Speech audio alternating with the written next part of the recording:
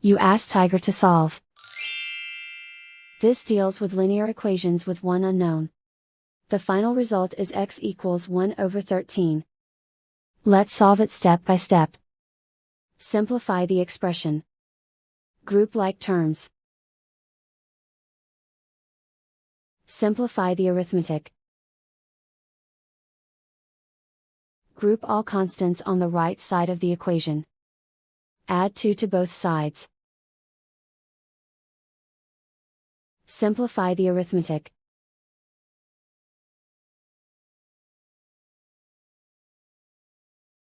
Isolate the x. Divide both sides by 26. Simplify the fraction.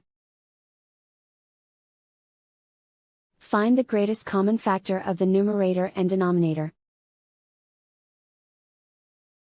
Factor out and cancel the greatest common factor. And so the final result is x equals 1/13.